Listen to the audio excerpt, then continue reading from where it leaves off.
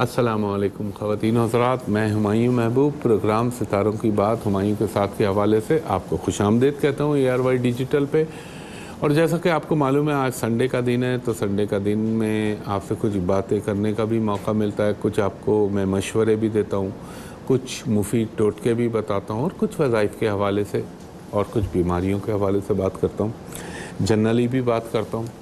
ایک چیز میں نے کل کے پروگرام میں کہی تھی، جو میں نے کہا تھا کہ اب کیونکہ کل ٹائم لیمیٹڈ ہوتا ہے تو اس لیے مجھے بہت جلدی سمیٹنا پڑا۔ دیکھیں، ایک بات میں نے کہی تھی، آتش زنی حادثات یہ اس سال 2017 میں بہت ہوں گے پاکستان میں۔ تو ایک چیز ہے، اس کا ایک ریزن ہے، ایسٹرولوجیکل ایک ریزن ہے کہ آپ دیکھیں چلتی بوگیاں جل رہی ہیں، تو کہیں بلڈنگوں میں آگ لگ رہی ہے، مارکیٹوں میں آگ لگ رہی ہے، غریب کی املاک اس میں جل جاتی ہے۔ ایک آسمان کے اوپر کچھ ایسے اسپیکٹس بنے ہوئے جس کی وجہ سے یہ چیزیں بہت زیادہ ایگریویٹ ہو رہی ہیں۔ تو میں نے ایک سجیشن دی تھی، میں نے یہ کہا تھا ہمارے ملک کے اندر جو منگل کے دن گوشت کا ناغہ کیا جاتا ہے اس کو ختم ہونا چاہیے، اس کے بجائے آپ بدھ کو جمعرات کو کر لیں، ڈزن میٹر، مگر ٹیوزڈے کے دن منگل کے دن خون کا بہنا راہ اللہ میں انتہائی مفید ہوتا ہے، اور انتہائی اس کے پازیٹیو افیکٹ آتے ہیں معاشرے کے اوپر، ملکوں کے اوپر۔ اب جب آپ نے منگل کے دن، بائی دا وے ایک میں آسان لفظوں میں سمجھاتا ہوں، اب جیسے آپ دیکھ رہے ہیں آگ لگ رہی ہے، اس میں کیجویلٹیز ہو رہی ہیں، اس میں لوگ مر رہے ہیں۔ اگر آپ جانوروں کو اللہ نے قربانی کے لیے رکھا ہے نا، جب اللہ کے نام پر آپ جانور قربان کرتے ہیں تو وہ چیزوں میں ایک کمی، انٹینسٹی لو ہونے لگتی ہے۔ اور یہ میرا نعوذ باللہ دعوے سے توبہ کر رہا ہوں، اپنے رب کے بھروسے پہ یہ بات کہہ رہا ہوں، یہ تمام سلاٹر ہاؤس منگل کے دن کا ناغہ کریں اور گوشت کھولیں اور جانوروں کو ذبح ہونے دیں۔ آپ دیکھیے گا کتنی ملک کے اوپر جو یہ نحس اثرات پڑتے ہیں یہ ختم ہونا شروع ہو جائیں گے۔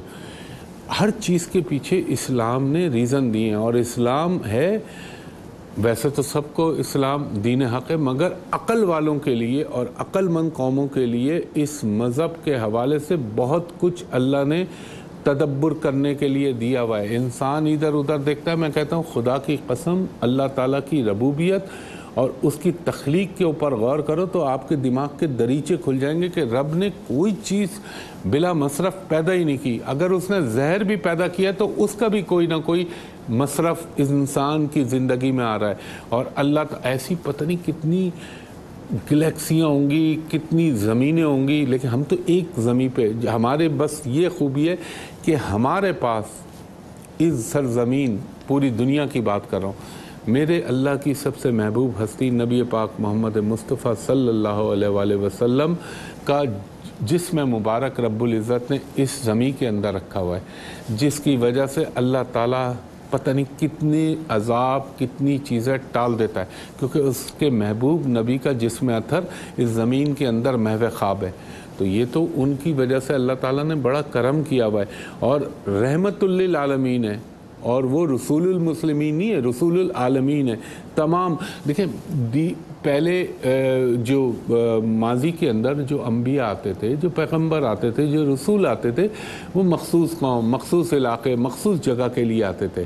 ایسا ہی ہوتا تھا، قوم بنی اسرائیل کے لیے آ گئے، کسی خاص خطہ زمین کے لیے آ گئے، لیکن میرے آقا سیدنا محمد مصطفیٰ صلی اللہ علیہ وآلہ وسلم کو رب العزت نے پوری کائنات کے لیے بھیجا ہے، پوری یونیورس کے لیے، صرف اس دنیا کے لیے نہیں بھیجا۔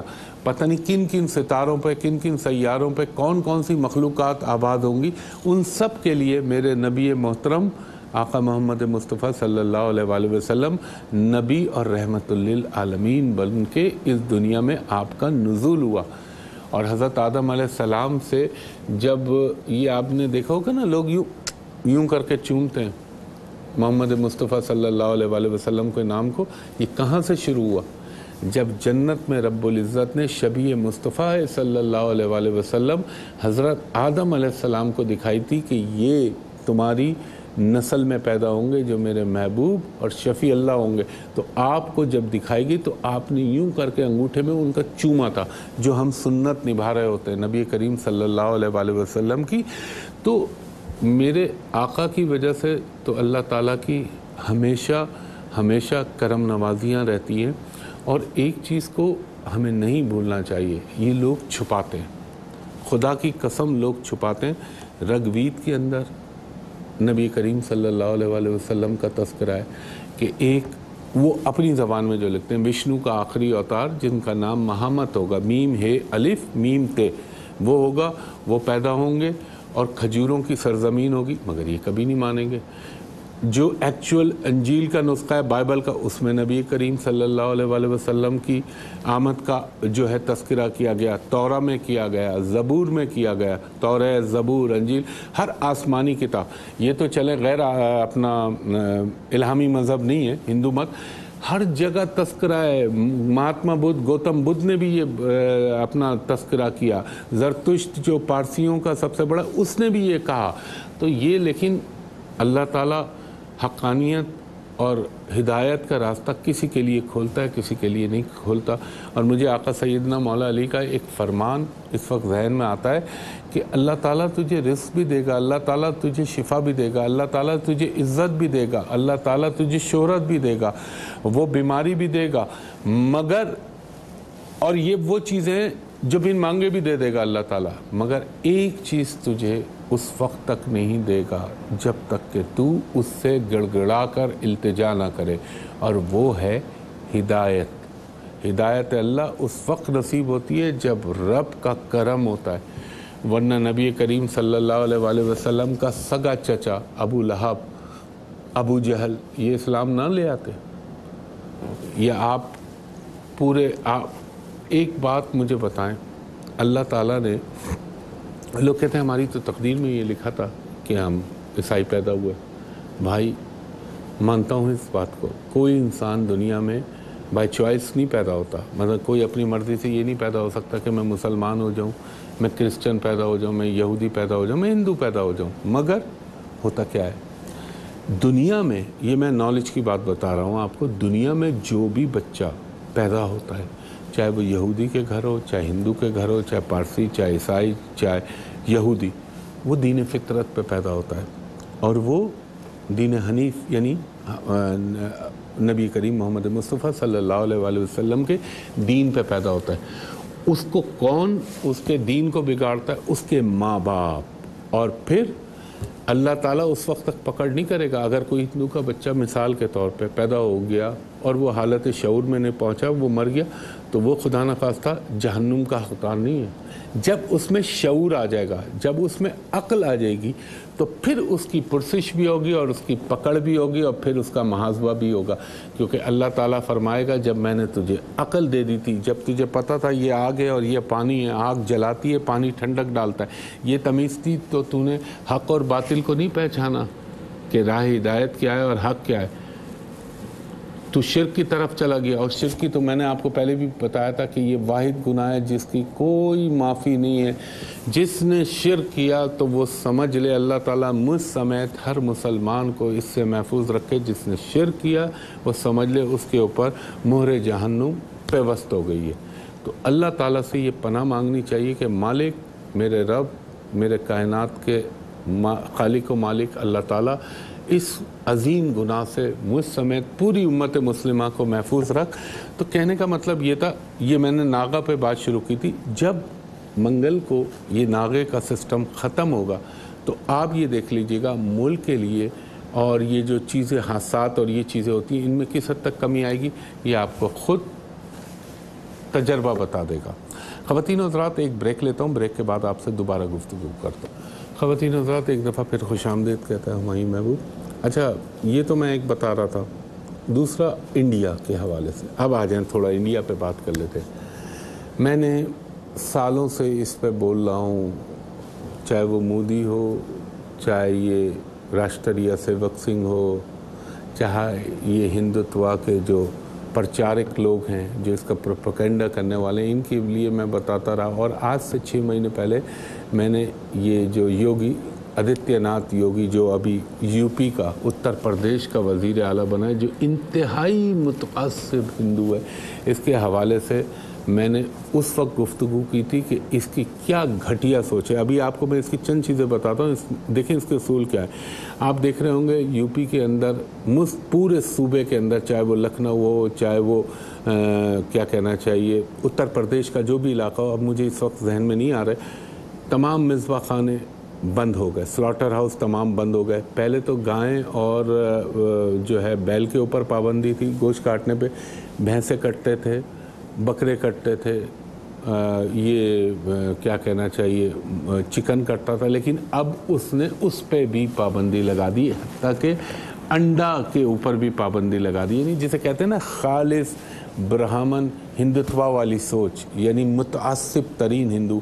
اور آپ دیکھیں وہ کہتا کیا ہے, میں نے آپ کو پہلے بتایا تھا, اس نے کہا تھا کہ میرا بس چلے تو میں سارے مسلمان اور عیسائیوں کو شدھی کر لوں. شدھی کرنے کا مطلب یہ ہے کہ آپ خدا نہ خواستہ وہ مسلمان یا جو عیسائی ہیں وہ بھٹک گئے تو ان کو دوبارہ ہندو مت میں گنگا نہا کے وہ جو ہے دوبارہ ہندو ہو جائیں, یہ ٹائپ کی سوچ ہے. اور پلس اس نے کیا کہا ہے, اگر کوئی مسلمان لڑکے نے کسی ہندو لڑکی کے ساتھ شادی کی یا اس کو لے گیا, ظاہر ہے یہ تو یہی بولیں گے بھگا کے لے گیا, تو ہاں میں جو ہے 10 مسلمان لڑکیوں کو اس طرح اٹھا لوں گا.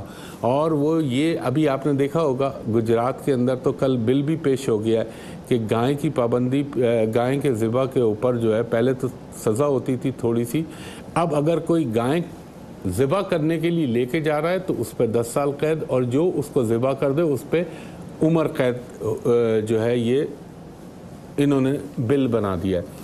یہ آدتیہ ناتھ یوگی یہ وہ آدمی جو کبھی شاہ رخ خان کو پاکستان کا جو ہے پٹھو کہتا ہے, کبھی یہ مسلمانوں کو رگیتا ہے. یہ وہ آدمی ہے جس نے رتھ یاترا جب ایل کے اڈوانی نے نکالی تھی بابری مسجد کے شہید کرنے کے لیے, تو سب سے سرے یعنی جسے کہہ لیں سرکردہ آدمیوں میں سے تھا یہ اوما دیوی, مرلی منوہر جوشی, کیونکہ میں ان کے بارے میں کوشش کرتا رہتا ہوں کہ جانوں. اور یہ وہ آدمی ہے جو مسلمانوں کے وجود سے ہی نفرت کرتا ہے. مودی اپنی حرکتیں دکھا رہا ہے. اب دیکھیں اس کا کیا ایک چیز ہوئی, میں یہاں پہ کہتا تھا اور بڑے کھلے عام کہتا تھا, میں کہتا تھا, اور دیکھیں میں کہتا ہوں تو اس کی کوئی اہمیت نہیں ہے. اگر میرا رب, میرا قرآن, میرا رسول اللہ صلی اللہ علیہ وآلہ وسلم یا اکابرین ملت کوئی چیز کہتے ہیں تو اس کی اہمیت ہے. اللہ تعالیٰ جب قرآن میں, ایک صاحب مجھے ملے, یار تم یہ والی قرآنی آیت کا ترجمہ کیوں بتاتے ہو, بار بار بولتے ہو, اس سے جو ہے لوگ تھوڑے ناراض ہوتے. میں نے کہا یار دنیا ناراض ہوتی ہے تو ہو جائے, اللہ کو ناراض نہیں ہونا چاہیے. پہلے قوم بنی اسرائیل میں یہ جو ان کے ربائی ہوتے تھے یہ کیا کرتے تھے, اپنے مطلب کی آیتیں بتاتے تھے اور جو اپنے مطلب کی نہ ہو ان کو چھپا لیتے تھے. تو اللہ تعالیٰ نے ان کو معتوب اللہ کی نگاہ میں ٹھہرے, مستحق عذاب ٹھہرے, اور ان پہ جتنے اللہ کے عذاب آئیں یہ تو شمار بھی نہیں کر سکتے. اور یہ بھی اللہ کا فرمان تھا کہ قرب قیامت سے پہلے یہ ہمیشہ یہ بھٹکتے رہیں گے, پھر ان کو ایک جگہ قرار ملے گا اور اس میں آخری وقت میں ان کو اللہ تعالیٰ تھوڑا سا عروج دے گا, مگر دراصل الٹیمیٹ ان کا انجام بہت برا ہوگا. ابھی جو انہوں نے قبضہ کیا فلسطین کے اوپر اور جو نام نہاد اسرائیلی ریاست بنائی ہے, وہ بھی بنوانے والے کون ہیں, امریکہ اور برطانیہ, جس نے اس کی بنیاد رکھی اور ایسے بیج بو دیے. تو میں ہمیشہ قرآن کی ایک آیت کا ترجمہ بتاتا تھا جس میں اللہ تعالیٰ فرماتا ہے, اے اہل ایمان یہ بت پرست اور مشرکین تمہارے کھلے دشمن ہیں, یہ کبھی تمہارے دوست نہیں ہو سکتے. یہ اللہ تعالیٰ کہتا ہے. اور یہ یہود و نصارہ آپس میں دوست ہوں گے, تمہارے نہیں ہوں گے تا وقت کہ تم ان کے ہم مذہب نہ بن جاؤ. اب جو بات میرا اللہ کہہ رہا ہے اس میں 0.1% بھی کوئی گنجائش یا کمی ہو سکتی ہے. تو ایک چیز کی مجھے خوشی ہے, جو میں بولتا تھا کہ ہندو, خاص طور پہ انڈین مسلمانوں کو جو میں کہتا تھا کہ آپ بھارت ہمارا سیکولر بھارت, بڑے بڑے مذہبی عالموں کو میں دیکھتا تھا وکالت کر رہے ہوتے تھے ہندوستان کی. تو اب اللہ کے کرم سے ان کو یہ احساس ہو رہا ہوگا انڈین مسلمانوں کو کہ اسلام اور ہندو مت کے لوگوں کا رویہ, ان کے دل کی چھپی ہوئی نفرتیں ابل کے سامنے آ رہی ہیں. تو میں جو کہتا تھا انڈین مسلمانوں کو, عقل کو ہاتھ مارو,